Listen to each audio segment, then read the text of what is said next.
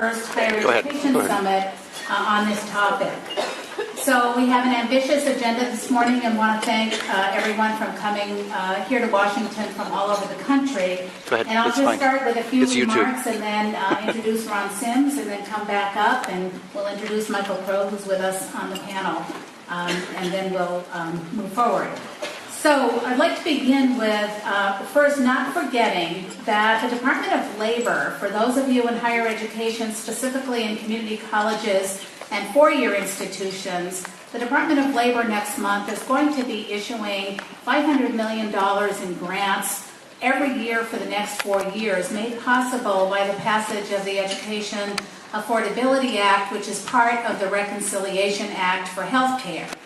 And those funds are going to be used to advance partnerships and implement innovative practices to increase the throughput in higher education and into employment.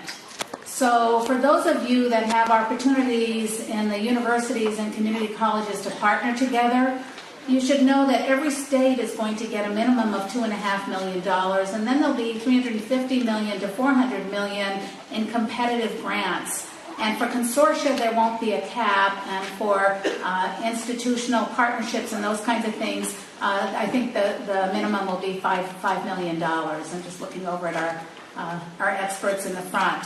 So I want to make sure you know about that. It'll be issued through the Department of Labor. I know there's going to be a number of webinars and so forth. You can look on the Department of Labor website.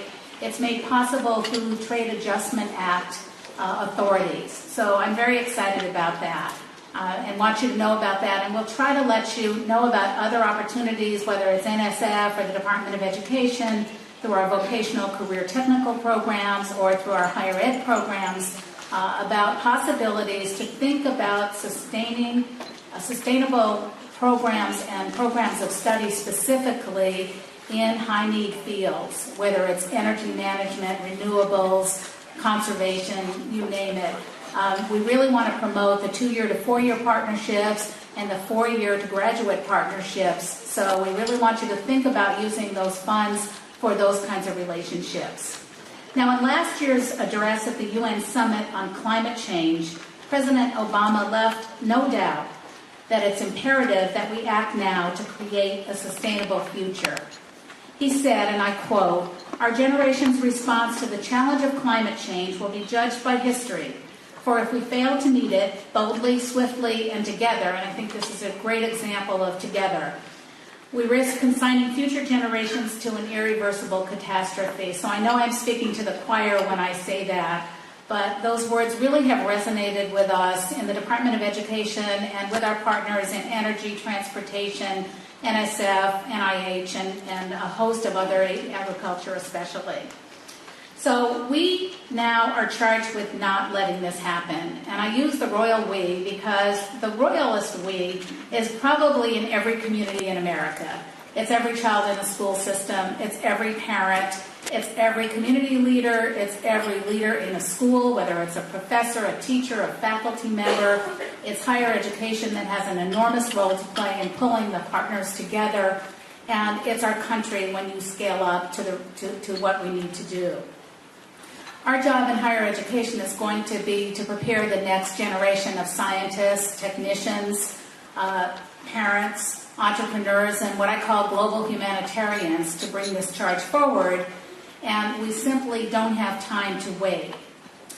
We've got to galvanize the higher education sector, and tomorrow you'll hear from Secretary Duncan, who often says that we must educate our way to a better economy.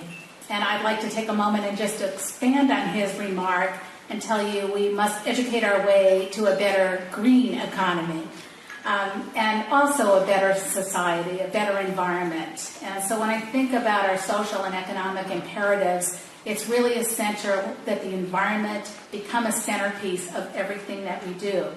So we established a green team in the Department of Education. You may not know that. I'd like to thank Glenn Cummings. If you want to stand up, Glenn. He's going back to the state of Maine. He's been our Deputy Assistant Secretary. Thank you, Glenn. And other folks in the audience, Greg and Frank and others, why don't you guys stand up if you all worked on this conference.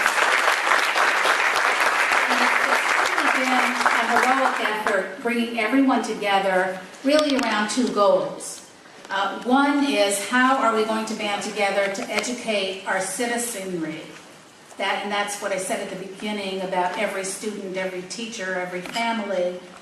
And how are we going to not only educate the citizenry, but to support the articulated pathways to a green education throughout the K-12 curriculum, higher education, and into the community. So we have public and private partnerships here represented. We have philanthropies, as I said. We have a whole host of people that are really dedicated toward that end. And committed environmental citizens are the key change agents. Those are our students. So that everything that we can give in terms of what the higher education resources have to offer, and everything we can give locally in every community, we simply have got to build in the environment across the curriculum at all levels and across communities at all levels. So as we know in the K-12 system, millions of students are spending their days in public school facilities that have suffered from years of neglect. I know this firsthand. We hadn't renovated our buildings in 40 years when I became president many years ago, almost 20 now. Many of the facilities across the country are dilapidated. Environmental conditions of asbestos, mold, toxic caulk pose serious health risks to students every day. They shouldn't be educated in those facilities. According to the U.S. General Accounting Office, we've got 14 million students who are attending schools that are in need of extensive remediation or replacement.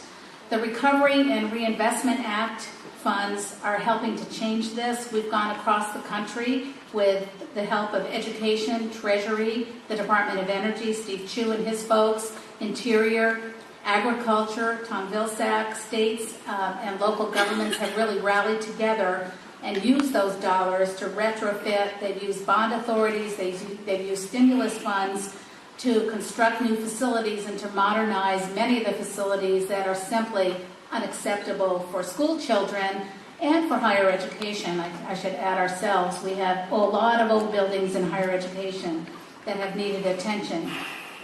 And we know it's not only students' health and the health of the community in these facilities, but many studies now have documented that facility quality really improves student achievement.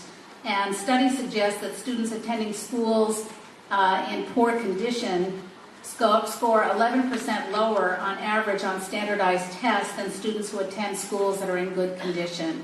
And I know this, when we built our environmental center, it was our first, actually it's a platinum building at De Anza College years ago, it's like 8 years ago now. Students would tell me they feel good in this building, they feel good learning in this building, a lot of airflow, all kinds of things that really help them improve what I think is their productivity and their focus on doing well. And environmentally safe facilities have to have good indoor air quality, daylight, and many other factors that will improve student productivity and really cut down on absenteeism. We found that as well in our K-12 schools that were greening themselves.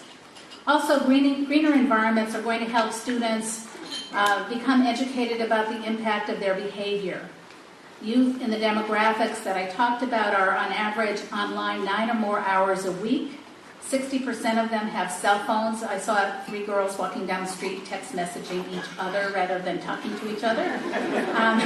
And unplugging a cell phone charger or turning off a computer saves a minimum of about 5% off site energy uses. So, it's the little things that we need to do as well as the big things in our education agenda.